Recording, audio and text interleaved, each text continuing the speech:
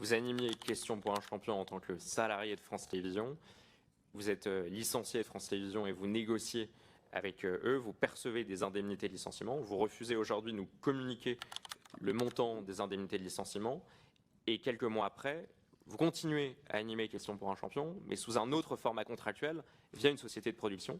Cela, d'un point de vue déontologique, en ayant perçu des indemnités de licenciement qui sont probablement de plusieurs centaines de milliers d'euros, ça ne vous pose aucun problème déontologiquement.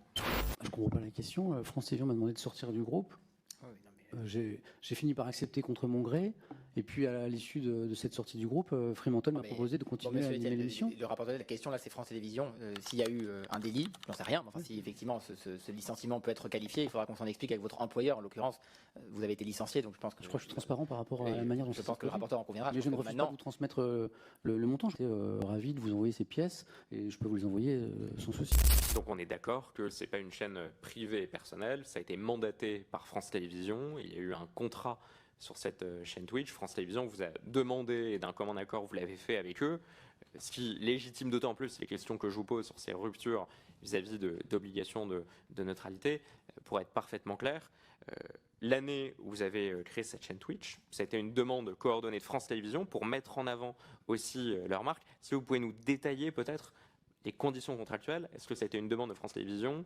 Est-ce que France Télévisions produisait cette émission sur Twitch? Est-ce que vous avez été rémunéré? Parce que c'est aussi cette chaîne qui a eu une grande notoriété assez rapidement.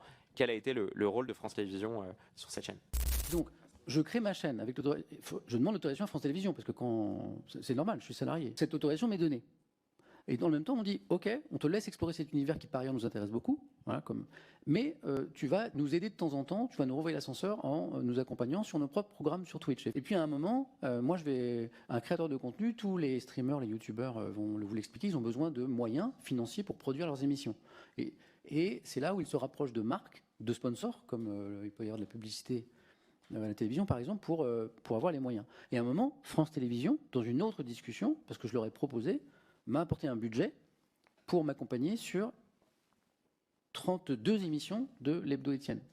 C'est un deal de sponsoring.